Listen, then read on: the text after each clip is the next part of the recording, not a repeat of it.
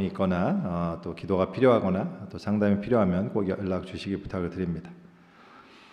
네, 우리 함께 말씀 나눌까요? 네, 우리가 수양회를 마치고 다시 이제 창세기로 우리가 돌아옵니다. 지난 시간에 우리 창세기 해나가면서 야곱의 이제 결혼과 사랑에 관한 그런 이야기를 함께 나눴습니다. 그래서 이제 그 다음에 이어지는 내용이 뭐냐면 야곱이 이제 삼촌 라반의 집에서 20년간 아주 수고로이 일을 하죠. 그러다가 이제 결국 때가 되어서 자기의 고향 가나안 땅을 향해서 자기 모든 가족들을 이끌고 그리고 소유들을 모두 데리고 이제 떠나게 되는 그런 내용이 그 다음에 이어지는 내용입니다. 그 내용이 이제 30장 후반부와 31장 전체에 나와 있는데요. 이 내용이 다소 긴 내용이기 때문에요. 제가 본문 전체를 우리가 다 읽지는 않고요. 그 중에서 31장의 1절부터 13절까지 13절만 함께 읽었으면 좋겠습니다. 그렇게 읽고 전체 내용은 제가 따로 설명을 좀 드리도록 하겠습니다. 우리 몸이 불편하지 않으시면 우리 하나님의 말씀을 읽을 때 한 목소리로 우리 읽었으면 좋겠습니다. 창세기 31장 1절부터 13절까지의 말씀입니다. 시작. 야곱이 라반의 아들들이 하는 말을 들은즉 야곱이 우리 아버지의 소유를 다 빼앗고 우리 아버지의 소유로 말미암아 이 모든 재물을 모았다 하는지라. 야곱이 라반의 안색을 본즉 자기에게 대하여 전과 같지 아니하더라. 여호와께서 야곱에게 이르시되 네 조상의 땅 네 족속에게로 돌아가라. 내가 너와 함께 있으리라 하신지라. 야곱이 사람을 보내어 라헬과 레아를 자기 양떼가 있는 들로 불러다가 그들에게 이르되 내가 그대들의 아버지의 안색을 본즉 내게 대하여 전과 같지 아니하도다. 그러할지라도 내 아버지의 하나님은 나와 함께 계셨느니라. 그대들도 알거니와 내가 힘을 다하여 그대들의 아버지를 섬겼거늘 그대들의 아버지가 나를 속여 품삯을 10번이나 변경하였느니라. 그러나 하나님이 그를 막으사 나를 해치지 못하게 하셨으며 그가 이르기를 점 있는 것이 네 삭시 되리라 하면 온 양떼가 낳은 것이 점 있는 것이요 또 얼룩무늬 있는 것이 네 삭시 되리라 하면 온 양떼가 낳는 것이 얼룩무늬 있는 것이니 하나님이 이같이 그대들의 아버지의 가축을 빼앗아 내게 주셨느니라. 그 양떼가 새끼 뵐 때 내가 꿈에 눈을 들어보니 양떼를 탄 순양은 다 얼룩무늬 있는 것과 점 있는 것과 아롱진 것이었더라. 꿈에 하나님의 사자가 내게 말씀하시기를 야곱아 하시기로 내가 대답하기를 여기 있나이다 하매 이르시되 네 눈을 들어보라. 양떼를 탄 순양은 다 얼룩무늬 있는 것, 점 있는 것과 아롱진 것이니라. 라반이 네게 행한 모든 것을 내가 보았노라. 나는 베델의 하나님이라. 네가 거기서 기둥에 기름을 붓고 거기서 내게 서원하였으니 지금 일어나 이곳을 떠나서 네 출생지로 돌아가라 하셨느니라. 아멘. 네, 자리에 앉아 주십시오. 우리 야곱이 이제 하란 땅에 와서요. 외삼촌 라반의 딸을 이제 아내로 맞이하게 됩니다. 근데 라반의 아마 내용들을 다 기억하실 텐데 라반의 속임수로 인해서 원래 라헬만 아내로 맞으려고 하고 그리고 이제 7년을 일하기로 했었는데 그 언니인 레아도 이제 아내로 맞이하면서 두 아내를 맞은 값으로 신부 값으로 7년씩 총 14년을 삼촌 라반을 위해서 일하게 되죠. 그렇게 14년을 아주 뼈 빠지게 일을 하게 된 이후에 이제 어느 날입니다. 라헬이 요셉을 낳은 지 얼마 되지 않았던 때였어요. 야곱은 삼촌에게 얘기합니다. 저는 삼촌, 외삼촌, 저희가 이제 가족들과 함께 고향으로 돌아가고 싶습니다. 이렇게 얘기해요. 이제 그러면서 이야기를 하는 거예요. 삼촌, 제가 외삼촌을 위해서 얼마나 열심히 일했는지 외삼촌도 잘 아십니다. 이렇게 얘기해요. 그러자 이제 라반도 동의합니다. 인정해요. 그래, 너의 하나님이 너를 통해서 나에게 너무 큰 복을 베푸셨지. 내 인정한다. 가지 말고, 그러니까 내가 이제 품삯을 줄게. 우리가 비용을 줄 테니까, 너 이제 급여를 줄 테니까 나랑 같이 계속 있자. 이렇게 제안합니다.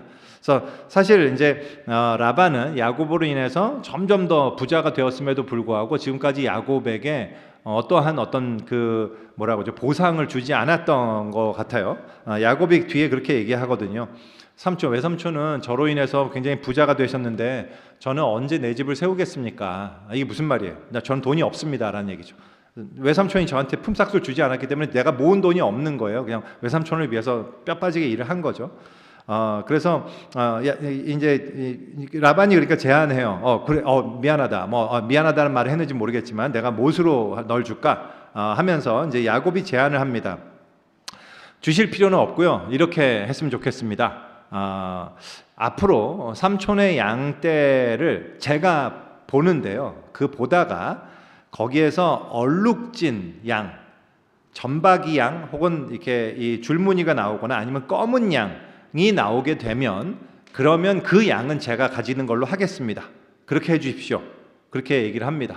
그랬더니 외삼촌 라반이요, 오케이 그럽니다. 좋다. 그러면서 근데 이 라반이라는 인간이 정말 대단한 인간인 것이요. 그렇게 계약을 한 다음에 자기의 현재 야곱이 보는 모든 가축대 중에서요, 점박이 혹은 검은 것 혹은 줄무늬 있는 것 그 모든 걸 다 골라내요. 전부 다 골라내서 자기 아들들한테 맡깁니다. 그리고 난 다음에 야곱한테는 뭐만 남았어요? 흰둥이만 남았어요. 완전히 하얀 양떼들만, 순전한 양만 확인해 갖고 양떼를 맡기면서 혹시라도 이 양과 양이 혹시라도 만날까봐 3일 길을 떨어뜨려 놓습니다.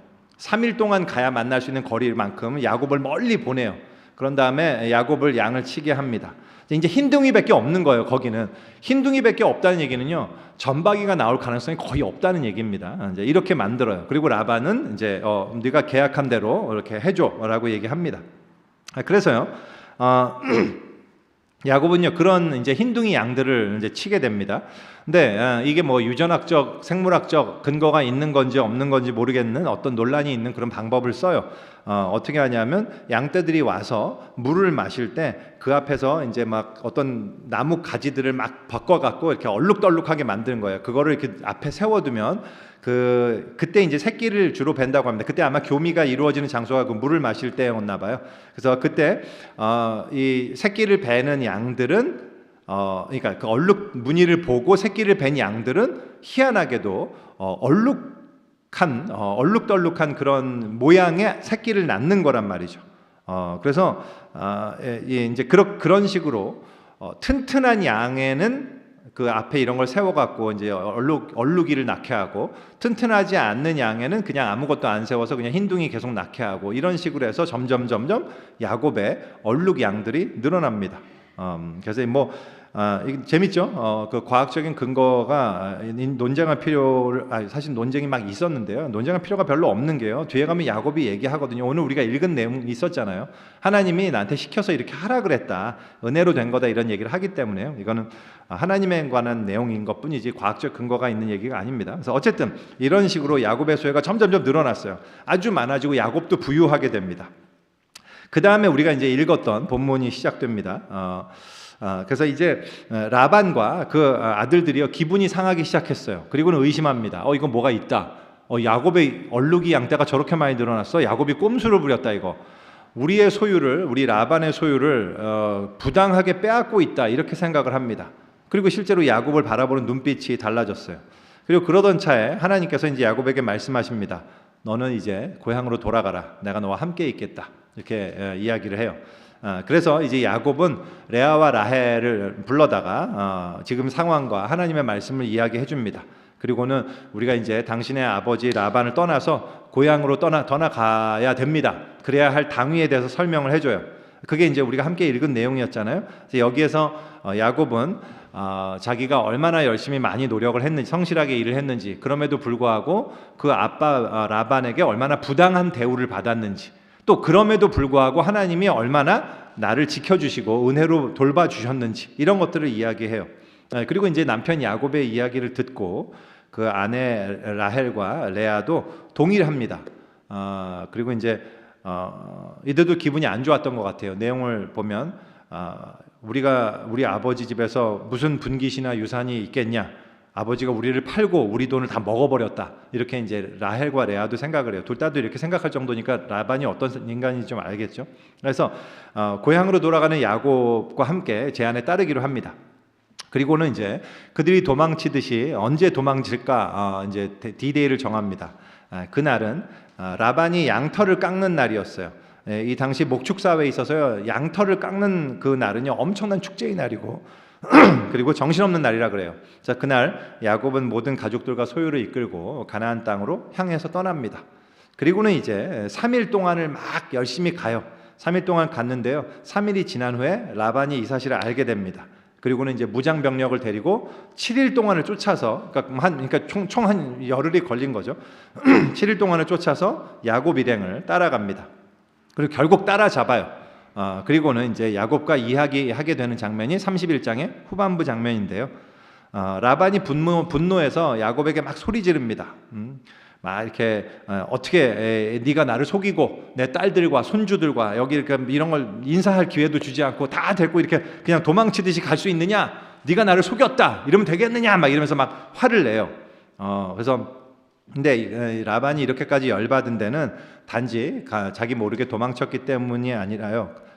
또 하나의 이유가 있었는데, 라반이 평소에 점칠 때 사용하던 드라빔, 테라핌이라는 그 작은 우상이 하나 있어요. 아마 요만했던 인형이었던 것 같습니다. 근데 이거를 그 딸 라헬이 훔쳐갖고 갔거든요. 그래서 그 야곱은 전혀 몰랐습니다. 라헬이 훔쳤는지를. 그래서 뭐 라헬이 이걸 왜 훔쳤으며 이게 어떤 의미가 있는지에 대해서도 여러 가지 학자들의 의견이 분분한데요. 저는 오늘 이 부분에 대해서는 다루지 않겠습니다. 뭐 이렇게 중요한 건 아니고, 어쨌든 그것 때문에 라반이 엄청 화가 나서 쫓아오고 막 야곱을 꾸짖은 건데요. 이제 야곱이 당당하게 얘기하죠. 우리 훔친 사람 아무도 없어요. 만약에 훔친 거 우리가 누구 중에 우리 일행 중에 훔친 거 뒤져봐 갖고 나오면 그 사람은 죽어도 쌉니다. 그러니까 우리는 절대 그런 거 훔친 적이 없고, 한번 뒤져보십시오. 외삼촌. 그러니까 뭐 라반이 막 다 뒤져요. 막 뒤집니다. 열심히 뒤지는데 진짜 안 나와요. 근데 그거를 이제 이 라헬이 어떻게 숨겼냐면 낙타 안장 아래다가 그걸 넣고 자기가 위에 깔고 앉아갖고 아빠가 들어오니까 아빠 미안해요. 저 생리 중이어서 일어날 수가 없네요. 이렇게 속인 거예요. 그래서 라반이 찾다가 못 찾았어요. 결국은 다 못 찾으니까 일단은 없는 걸로 밝혀진 거잖아요. 야곱은 모르니까. 그제서야 야곱이 아주 화가 납니다. 그래서 외삼촌 라반에 대해서 아주 노한 음성으로 강하게 책망해요.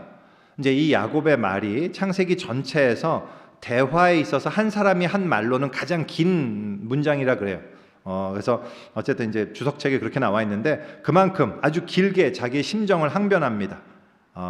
그 내용은 우리가 읽었던 두 아내를 설득하려던 말과 굉장히 유사해요. 일단 우리가 훔친 게 아닌데 왜 우리를 의심하십니까? 이러면서 그런 얘기하면서 이 기회에 아주 자기가 응어리졌던 그 마음 속에 맺혔던 말을 다 하죠. 외삼촌, 제가 외삼촌을 위해서 몇 년 일했죠? 20년 일했죠. 그렇지. 제가 외삼촌을 위해서 일하면서 그 가축대를 어떻게 키웠는지 삼촌 아시죠? 제가 그들 중에 단 한 마리 잡아먹은 적이 없습니다. 그 많은 가축을 보면 단 한 마리, 지금 20년 동안에 단 한 마리도 잡아먹은 적이 없어요. 혹여라도 도둑질을 당하거나 잃어버리거나 짐승에 와서 찢기면 그 가축을 제가 어떻게든 제 돈으로 보상해갖고 채워 넣습니다. 외삼촌 그거 아시죠? 외삼촌이 알지. 그래 너가 잘했지.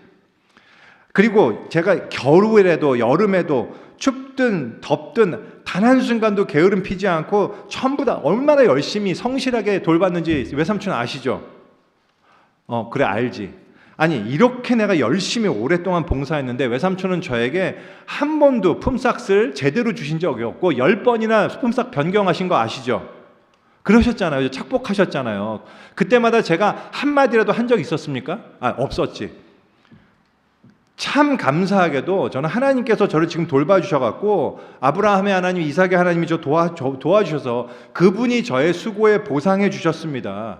그렇게 해서 보호해 주셔갖고, 그래서 이제 이게 라반이 오기 전에 꿈에 하나님이 나타나셔갖고 막 야곱한테 잔소리하지 마라 이렇게 얘기하시거든요. 그래서 라반도 죽이려다가 그런 얘기를 안 하고 인더 차였는데 그걸 알고 야곱이 얘기하는 거예요. 그래서 하나님이 저를 보호해 주려고 외삼촌 꿈에도 나타나갖고 그렇게 경고하셨던 거예요. 외삼촌 아시나요?